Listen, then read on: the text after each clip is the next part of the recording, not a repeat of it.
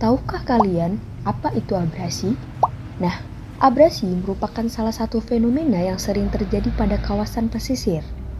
Abrasi ini merupakan proses penyikisan atau pengurangan daratan pantai akibat aktivitas gelombang, arus, dan pasang surut. Pantai Suak Puntung merupakan salah satu destinasi wisata andalan di Nagan Raya yang kini terancam hilang akibat abrasi. Pasca tsunami Aceh tahun 2004 hingga tahun 2022, abrasi yang terjadi terus meluas mencapai 100 hingga 150 meter dari bibir pantai sebelumnya.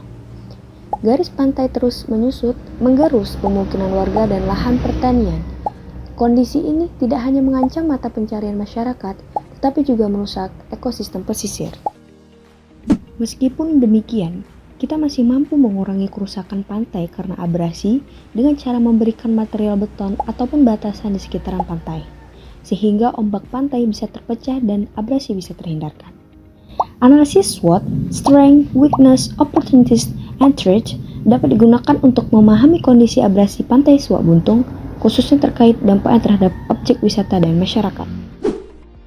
Analisis SWOT yang pertama adalah kekuatan ataupun strength. Potensi wisata yang dimiliki Desa Suak Puntung merupakan sebuah daya tarik bagi wisatawan berkat keindahan yang dapat menarik banyak pengunjung. Kemudian, kesadaran masyarakat juga menjadi kekuatan karena masyarakat setempat umumnya telah menyadari dampak buruk abrasi dan pentingnya upaya penanggulangan. Yang kedua adalah kelemahan ataupun weakness. Infrastruktur yang belum memadai untuk perlindungan pantai, seperti tanggul atau penanaman vegetasi, dapat memperburuk kondisi abrasi. Selain itu, anggaran yang dialokasikan untuk penanganan abrasi ini seringkali tidak mencukupi untuk mengatasi permasalahannya secara menyeluruh. Yang ketiga adalah peluang atau opportunities. Adanya peluang untuk mendapatkan bantuan dari pemerintah dan lembaga swadaya masyarakat dalam proyek rehabilitas pantai. Kemudian, peluang peningkatan kapasitas masyarakat melalui pelatihan dan penyuluhan agar masyarakat dapat berperan aktif dalam upaya menjaga dan melestarikan lingkungan pantai. Kemudian, adanya pengembangan teknologi yang menjadi salah satu peluang yang dapat dimanfaatkan untuk mitigasi dan adaptasi terhadap perubahan iklim termasuk abrasi. Yang terakhir adalah ancaman ataupun threats. Perubahan iklim merupakan salah satu ancaman yang dapat menyebabkan peningkatan intensitas dan frekuensi gelombang ekstrim, sehingga dapat memperparah masalah abrasi. Kemudian, peningkatan aktivitas manusia seperti pembangunan di kawasan pesisir dan eksploitasi sumber daya alam dapat mencepat laju abrasi. Berdasarkan hasil analisis SWOT yang telah dijelaskan sebelumnya, dalam konteks ini, pendekatan collaborative governance menjadi relevan untuk diterapkan untuk menyelesaikan masalah abrasi di pantai Suak Puntung. Model Pentahelix menekankan pentingnya melibatkan berbagai aktor, baik pemerintah, swasta, masyarakat, akademisi, dan media, untuk menyelesaikan permasalahan terkait dengan abrasi pantai yang terjadi di pantai Suak Puntung.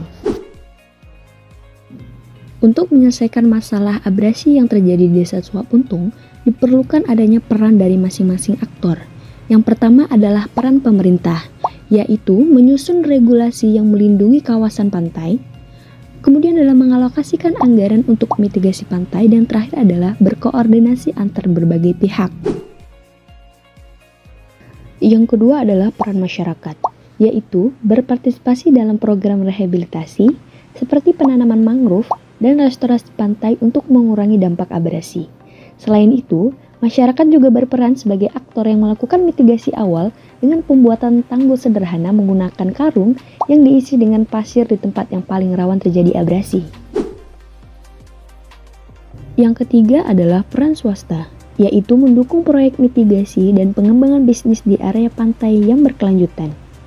Yang keempat adalah peran akademisi, yaitu melakukan penelitian untuk memahami dampak dan penyebab abrasi, memberikan edukasi kepada masyarakat, dan membantu pengembangan teknologi mitigasi.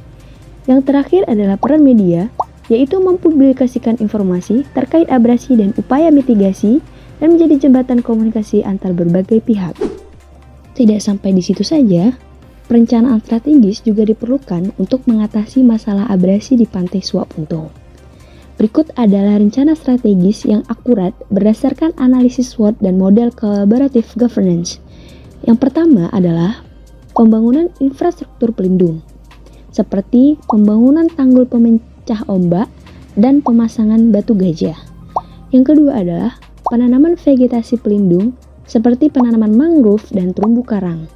Yang ketiga adalah pembentukan forum kerja, yaitu mengadakan forum yang melibatkan pemerintah, masyarakat, media, dan akademisi untuk merumuskan kebijakan bersama.